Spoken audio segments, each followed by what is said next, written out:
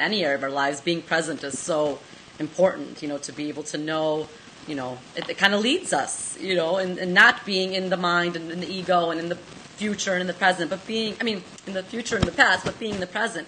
But that doesn't mean necessarily that you're going to, and now because of that, you'll probably be more open to love, you'll be more loving, but that doesn't mean necessarily that everybody you come in contact with will be a right fit for you or somebody that you need to engage with or whatever, right? Yeah. Firstly, I like that question. Firstly, two things I'll say is, there's so much talk about be present, be present, be present, be in the now, which is true. But we can say that. You can tell someone, okay, be in the now, be in the now. But to the degree that we're conditioned, to the degree that we're living inside of a conditioning, you can't be in the present. Right. You can force yourself to be in the present for a moment. What I find is when you clear away the programming, peel away those layers. Peel away the layers, right. Then naturally, as a resting place that's naturally inherent, you rest into the present. You rest to the now, naturally. Not because you're making yourself, you're just naturally there, because what you are at the very core is now. Yeah. What you are is now itself. What you are is beingness itself, which is the present, which is the presence. And the presence is now. Right. So to me, the goal is not so much an outside-in approach, be present, train yourself to be. It's more like bring awareness, but peel away these layers, because then you rest as the presence of the present naturally. And from that place, a whole different dimension of life becomes available to you. Yeah. And to the second point is, just because now you're present, it doesn't mean every single person, is going to be, you will be more available to loving. You'll have that capacity within yourself as a woman, for instance, to be available in ways that perhaps you haven't. But now you're much more present and clearer. Not only will you be more available to loving, but you will be that much more able to see clearly and discern clearly in ways that perhaps when you weren't present because you were busy fantasizing about the person that was in front of you, or busy in trance about, a past emotion and wound and relationship, even though this person is in front of you. So you weren't actually present with who was in front of you. You're present with what you want them to be, or who you think they could be, and in some imaginary sense, or based on when you were 4, then the guy in front of you is not actually the guy in front of you. He's someone else. Yeah. That place, you're not going to make a choice that's clear. Yes. So when you really clear that stuff, you're able to be present, to feel who's in front of you, love that person as they are, and be able to really actually make an unfiltered, clear, intuitive, feeling decision as to, is this a right fit or not? Is this a person that aligns with me? Are we lined up together? Do we fit? Are we truly compatible? Not because I want them to be, or not because, I want to be loved and that need's not met and hasn't been met, so I really want this person to meet that need. Many times what we think is love, what we think is the connection, is really not. It's kind of more like my stuff resonates with your stuff and feels so familiar. Oh my God, something unconsciously feels so familiar about this person because they're emotionally not available, and my dad wasn't emotionally available, and that's what I learned love was. So emotionally unavailable feels like love, and I love you. You're soulmate. It's like home. And then the hell begins, because you never get what you really wanted, but it feels like it just matches. Felt comfortable. So it feels comfortable. And we're wiring that's what love is, but it's not. So as you clear that, then you might feel like, oh, this feels familiar. This does feel that familiar thing, but I don't have to go there. Yeah. I'm going to take a right turn on this instead of going left, where I automatically go because I think there's chemistry and there's this connection, but this time I don't have to, I'm not going to go there. And that's why you're that much more able to choose clearly. And and feel like, does this relationship truly serve my growth? Does this relationship truly serve my evolution, my growth? Do we really complement each other? And to me, relationship is about two people going in a similar direction, in a similar pace, with a similar vision, a similar intention that maybe complement each other, but is moving in a similar direction. And able to really decipher the emotional, the attraction, and feel the whole process of relatingness and relationship, and go, do we really serve each other? Is this really a heart fit, a soul fit? And a lot of people, are looking for their soulmate, but they're picking like a body mate. Body mate, a sex mate, a mental mate, an emotional mate, versus a soul mate. And really feeling that soul, like, are our souls aligned? Are we really, can I serve this person? Can this person serve the evolution of my soul? Not just, do we have a mental connection? Not just, we have an emotional connection. Not just, is the sex nice? But is there on that soul level? Because that, to me, is the true process of relationship, which is two people evolving, serving each other, making a commitment to, I serve you. I will serve you to be the highest and fullest expression of who you are. I will serve you to be the highest and fullest expression of who you are. Let's serve each other with love, passion, and understanding. Let's serve each other to be more and more of who we truly are. Now you have a relationship, so it doesn't mean you're going to just be with everybody, but it just means you'll be that much more discerning, discerning. And go ahead. So as you remove these layers, you think discerning that where you connect with somebody on a soul level will be much more clear. Yes, I mean much more. Okay.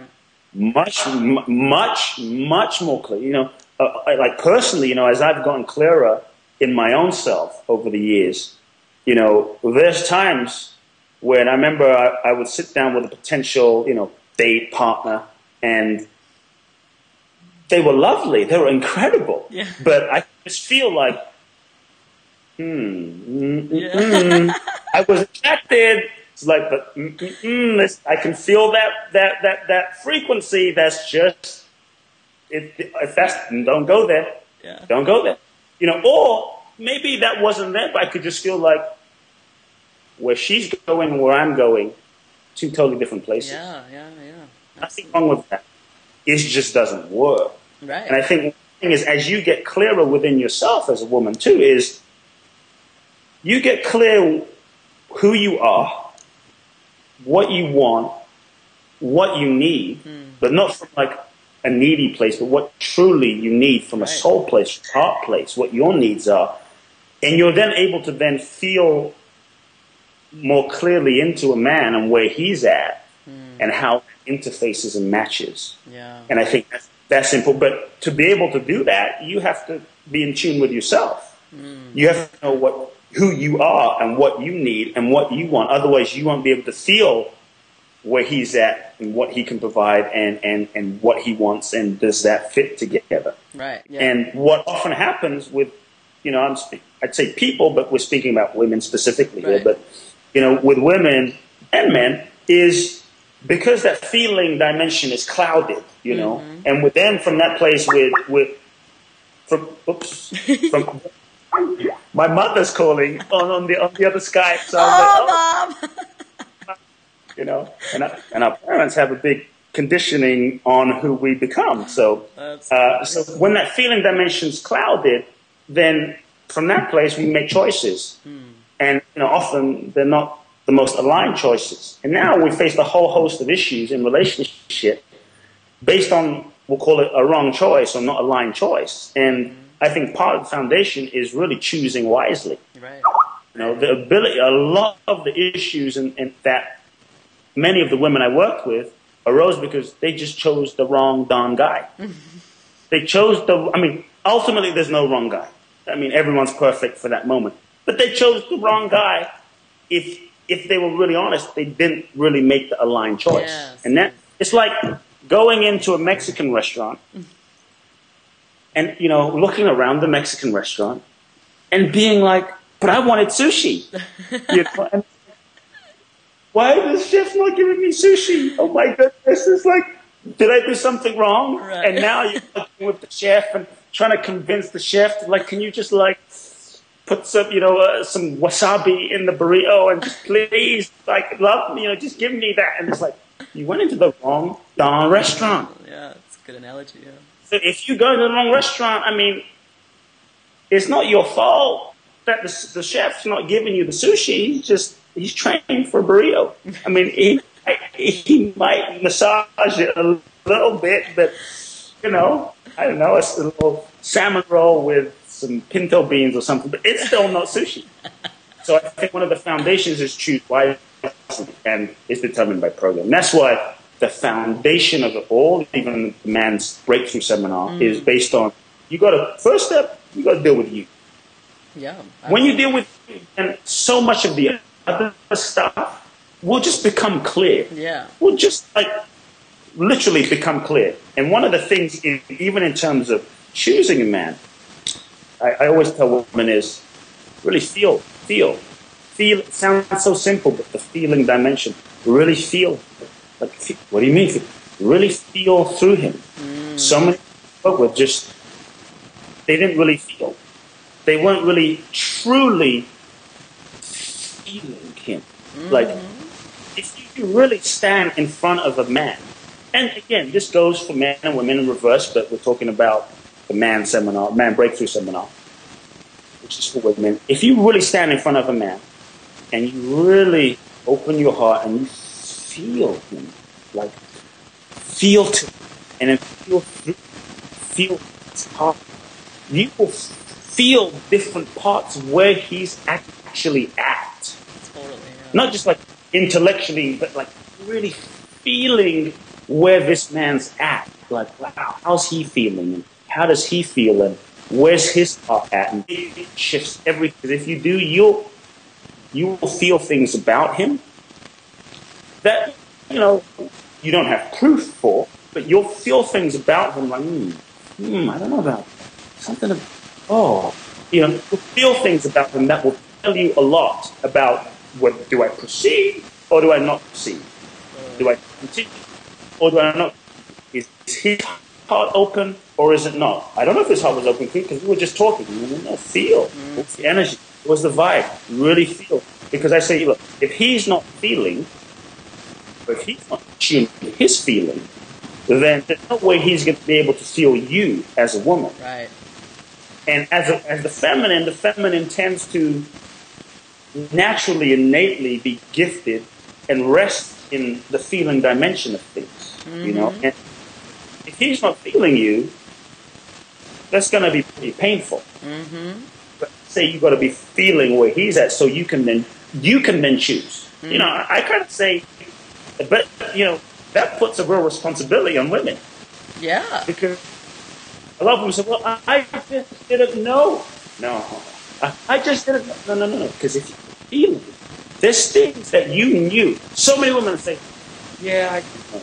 Exactly. You knew. You got to really feel that and own that feeling, because once you really feel that, it's like, you're going to feel things that you may not want to feel. Right. You may not want to acknowledge that he's not the right guy because you want him to be the right guy.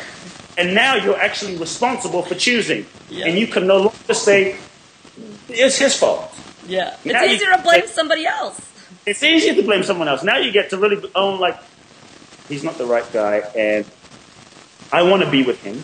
I know it's going to be painful, and I'm choosing suffering. Okay, go for it.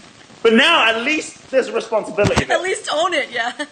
At least own it. I know he's not right. I felt it when I first met him.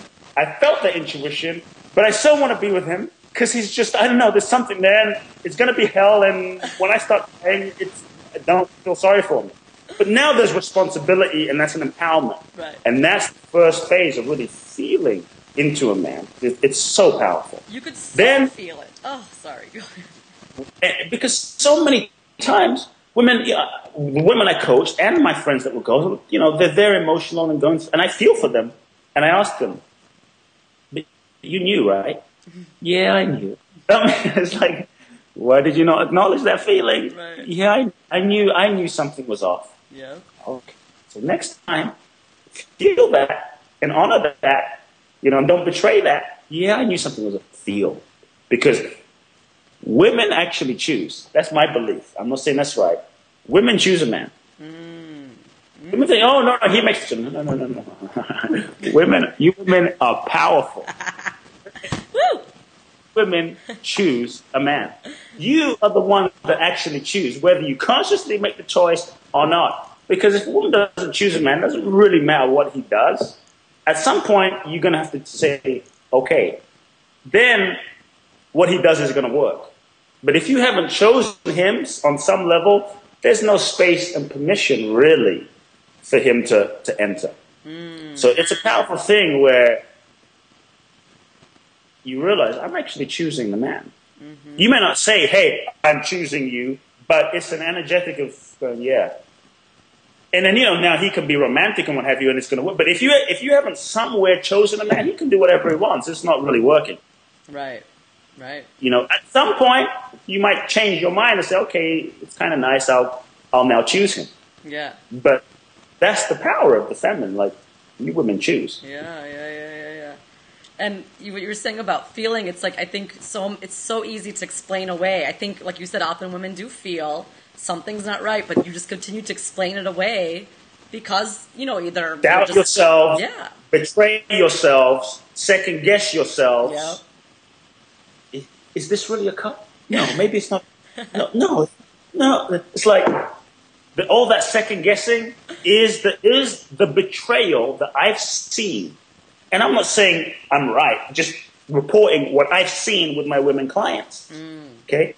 And my friends, look, what I've seen women who betray themselves out of wanting to give the benefit of the doubt, out of just the goodness of their hearts, out of good intention, betraying oneself, which often only ends up leading to being betrayed.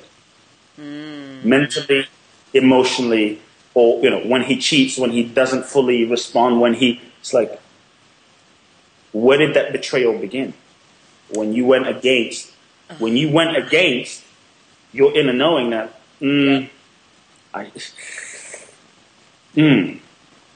But no, maybe because I'm being just too, militant. No, you need to honor that, yeah. You need to honor that. Because you as a woman honoring that is you as a woman honoring your feminine gift. It's you as a woman valuing your feminine gift, saying, I'm going to choose wisely. I'm going to honor that because what I have as a woman is sacred. The love I have to give, which is, infinite, which is, the capacity of a woman is just like humongous. It's like, I don't want to use expletives here, but it's like huge, capacity of, and that's sacred. So you honoring yourself and honoring what you feel and really choosing that is valuing who you are and what you have to offer as a woman. And being responsible for that, then that sets up a certain vibration and energy in yourself of you valuing yourself. Which then necessitates, not only does that change your own nervous system, that changes the molecular structure around you, which then changes what you transmit, which then either is going to affect the men around you or attract a completely different man that can honor you at that same level that you're honoring yourself. Yes. Amen. And then then you're going to demand that level of honor from a man around you. You'll demand, not like I demand it, just in your energy, present, you will necessitate that. For a man to engage with you, he's going to have to honor you at that level. Yeah. That's the power that you as women have. Yeah. And I've seen many women give their power away in that way. Yep. In just that in that simple just give the power. So no, you're powerful. Not powerful like rah and powerful. It's a different power. Internal feminine power. That's just own that. Yeah. Then you'll attract a man that can honor you at that level as well. Yes. Yes, and as supposed. without apology.